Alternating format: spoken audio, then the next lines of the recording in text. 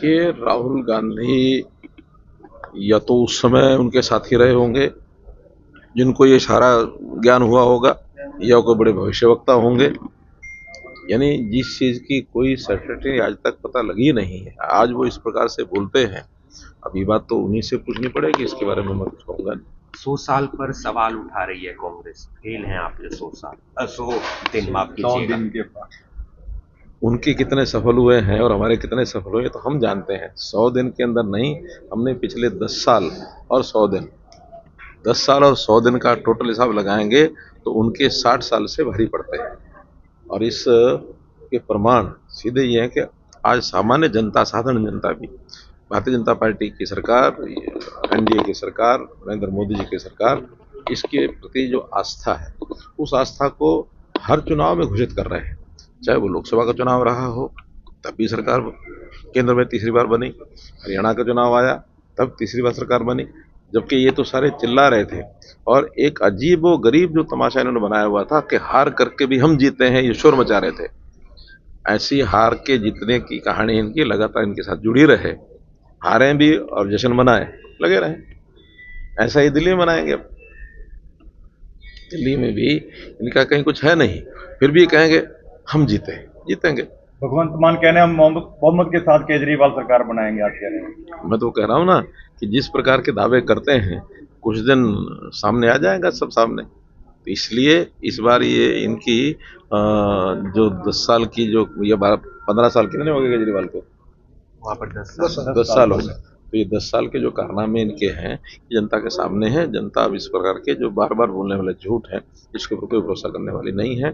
और जितने इनके खिलाफ, जितने केसेस बन गए इनके मंत्रियों के खिलाफ, इनके विधायकों के खिलाफ और इनके खुद के खिलाफ, इन आज तो स्थिति ये है कि इनके सारे कारनामों को ये कहीं जाकर के बताते हैं, अपने आप को निर्दोष सिद्ध करते हैं, तो लोग इनके ऊपर हंसते हैं। सर, जिन्ना साहब ने मुलाकात की है शायद आपसे? बहुत लोग मुलाकात करते हैं। कौन बन रहा है प्रधान? कोई रोकता नहीं, आपका interest हो गया? हमारा कोई इंटरेस्ट नहीं है।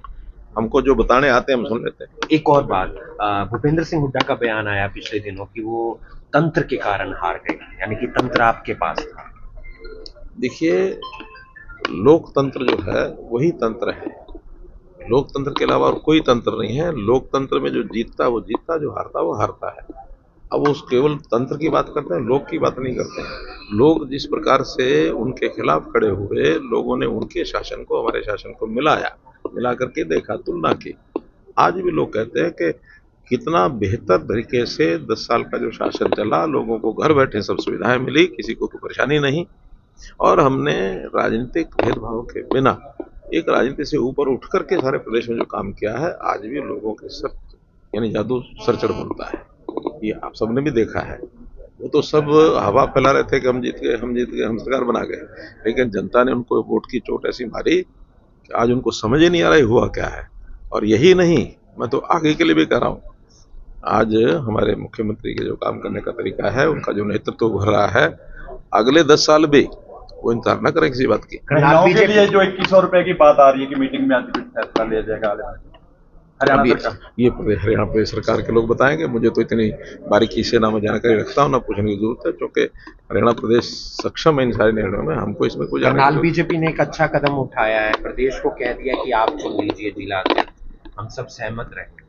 बहुत अच्छी बात है ये। आखिर एक त्याग और समर्पण का भाव, ये अपने जो नेतृत्व है उसके ऊपर विश्वास करना, ये बहुत बड़ा विषय है। करनाल के लोगों ने कहा तो कोई ना कोई जिला अध्यक्ष बनेगा।